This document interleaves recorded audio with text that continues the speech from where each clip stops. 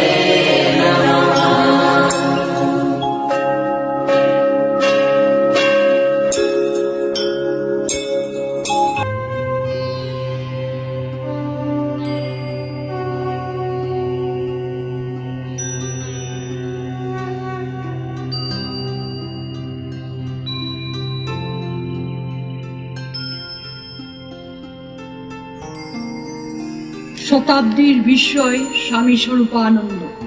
তাহার কর্মময় জীবনের প্রকাশ সম্ভবত বিংশ শতাব্দীর একবিংশ অথবা দ্বাবিংশ বৎসর, এবং ইহা তাহার সমাধিকালের পূর্ব অবধি বিস্তৃত। তিনি নিজে ছিলেন অভিক্ষু, অযাচক। তিনি বলিতেন, কর্মই ব্রহ্ম। কাজ আর ভগবৎ সন্নিধি লাভ করা এক কথা। মৈত্রী এবং প্রীতি সৃষ্টি আমাদের সাধনা। ভেদ, বিচ্ছেদ ও দ্বন্দ্ব সংঘর্ষ সৃষ্টি কদাচ আমাদের কাম্য নহে। তাহার একমাত্র উদ্দেশ্য আদর্শ মানব সৃষ্টি, মানুষের মধ্যে ঐশী চেতনার উদ্বোধন ও দেবমানব জাতি গঠন। তাই তিনি বলিয়াছেন, বিশ্বের সকল দেশের সকল মানুষের পুণ্যব্রতে, সংযম পালনে, জগদ্ধার্থে, স্বার্থ বিসর্জনে সমান অধিকার আছে। কখনো তাহাকে দেখিয়াছি চিকিৎসক রূপে, কখনো লোকগুরু রূপে, কখনো ভাষাবিদ রূপে, কখনো শিক্ষাব্রতী রূপে, কখনো স্থাপত্যবিদ রূপে, কখনো কৃষিবিদ রূপে, আবার কখনো মাতৃসাধক রূপে, তো কখনো দার্শনিক রূপে। প্রতিটি ক্ষেত্রে শ্রী শ্রী বাবামণির কর্মবহুল জীবনের বৈশিষ্ট্য সমূহ প্রতিফলিত হইয়াছে। শ্রী শ্রী স্বামী স্বরূপানন্দ পরমহংসদেব এক অতল জলধি মহাসমুদ্রের নাম।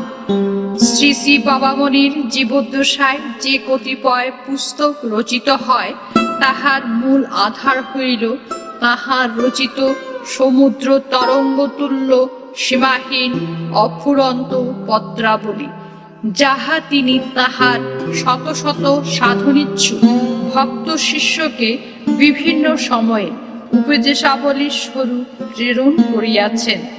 চতুর্বিংশ খণ্ডে বেদবাণী স্বরূপ অখণ্ড সংহিতা, অষ্টাত্রিংশতম খণ্ডে ধৃতং প্রেমনা, বন পাহাড়ের চিঠি, সধবার সংযম, প্রবুদ্ধ যৌবন, কর্মের পথে অসংযমের মূল্য উচ্ছেদের ন্যায় বিভিন্ন অমূল্য গ্রন্থের বুনিয়াদ এই সকল অমৃতময় উপদেশ বাণী অসাধারণ বৈশিষ্ট্য প্রদর্শন করিয়াছেন।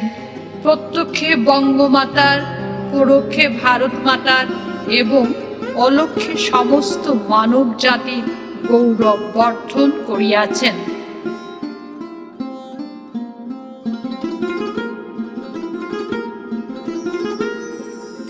মানুষের সাথে মানুষের মতো মানুষের পরিচয় যত হবে বেশি, ধরণী হইবে তত আনন্দময়। মানুষ কখনো হেলার বস্তু নয়। মানুষের দিকে রাখিয়া মন, সযতনে গড় নিজ জীবন। তার আদর্শ সুমুখে রাখিয়া কর প্রাণ মনোলয়। তারই পদাঙ্ক অনুসরণিয়া মানুষ মানুষ হয়। হৃদয়ে রাখিয়া ত্যাগ উদ্দীপনা, এসো করি মোরা মানুষী সাধনা।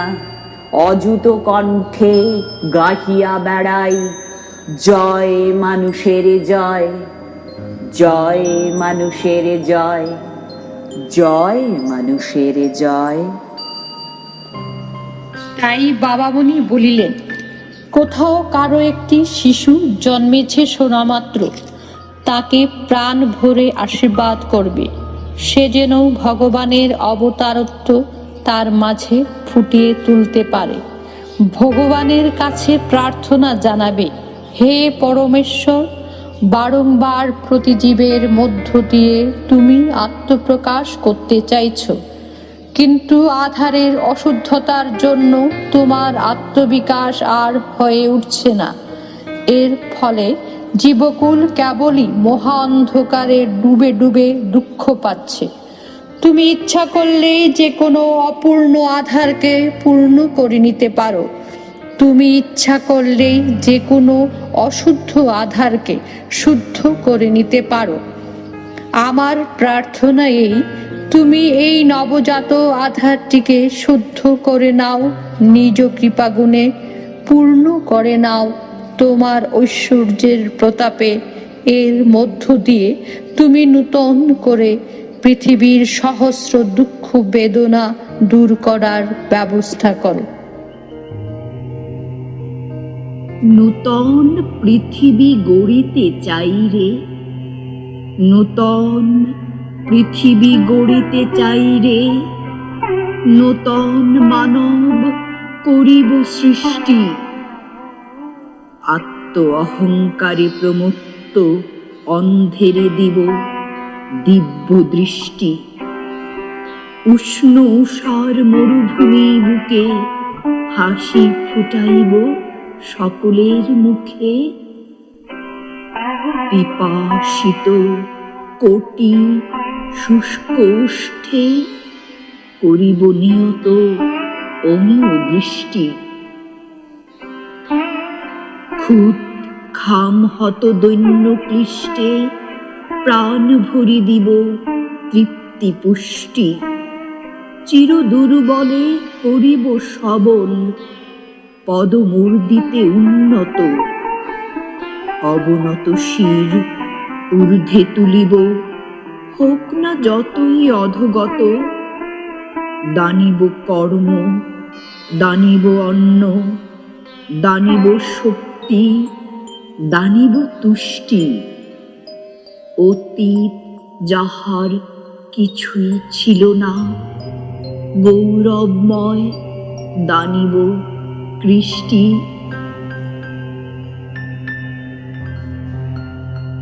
বালকদের মন আর যুবকদের মন হচ্ছে তৃণহীন উর্বর প্রান্তর। সামান্য কর্ষণ করে যা বোনা যাবে তাতেই অপ্রত্যাশিত ফসল পাওয়া যাবে। একটি বালকও যদি মন দিয়ে সৎ কথা শোনে, তাহলে পরিপূর্ণ যৌবনে সে সেই কথাকে কাজে পরিণত করতে প্রয়াস পাবে। পরিপক্ক প্রৌঢ়ে সে সেই কার্যের প্রতি আরো শতজনকে আকৃষ্ট করবে এবং পরিণত বাধককে সে হবে সহস্র জনের আদর্শ স্থানীয় জ্ঞানদাতা গুরু। বাল্য বলি বয়সের উপেক্ষা করো না, বাল্য বলি বয়সের উপেক্ষা করো না। বাল্যেই করিতে হবে ব্রহ্মের সাধনা। কোমল থাকিতে মাটি গঠন সম্ভব, কঠিন হইলে চেষ্টা মানে পরাভব। নাম গুণে নবজন্ম বিকশিত হয়, কিন্তু অবিচ্ছেদ নাম কয় জনে লয়। বৃদ্ধেরও আসিতে পারে নামেতে যৌবন, অবিচল নিষ্ঠা নহে ষোলভু কখন। বাল্যে যদি করো চাষ মহানাম বীজে, সুসাধ্য দমন করা দুষ্ট মনুষ্যে। বাল্যে করি খেলাধুলা যৌবনে লম্পট সমগ্র জীবন ভরি রহি ধূর্ত ষট শত গ্রন্থ অধ্যয়নে লক্ষ মুদ্রা লাভে কি হইবে ফল সব বৃথা হয়ে যাবে।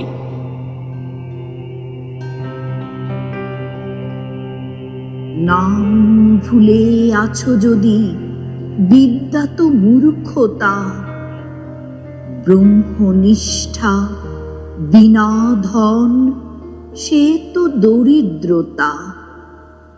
নিখিল বিদ্যার শ্রেষ্ঠ নাম সুমঙ্গল, সকল অর্থের অর্থ সম্পদ সফল। নাম যে দুঃখের মুক্তি অগতির গতি, বাল বৃদ্ধ সকলের রাখো তাতে মতি। জাগিয়া নামের মহারুদ্র হুঙ্কারে, ভৈরব গর্জনে তার জাগাও সবারে।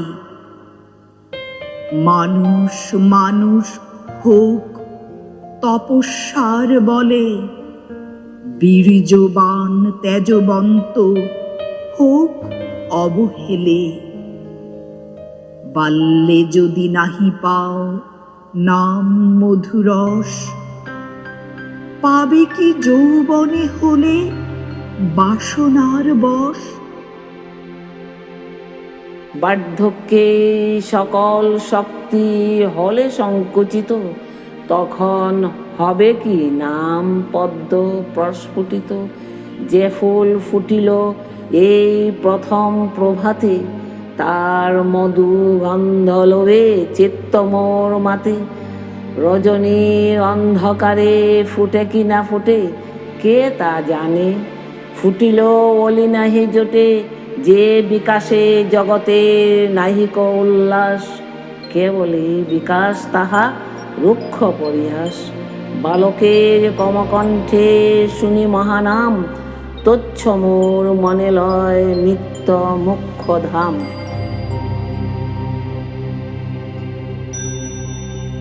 যুবকের দৃঢ় দেহ জগৎ কল্যাণে, দেখিলে সার্থক ভাবি মম দুনয়নে। বৃদ্ধকালে কে আসিয়া কি করে কে জানে, সে আশায় লুব্ধ হতে মন নাহি মানে। কাম সেবা করি যার জীর্ণ দেহ মন, নাম সেবা কি করিবে সম্মুখে মরণ। তার আশা ছাড়ি দাও প্রথম কৈশোরে, শক্ত করি আটো সব কৌপিনের ডোরে। সর্বকর্মে সর্বভাবে সাধো মহানাম, বিশ্বময় হবে দেখো বৃন্দাবন ধাম।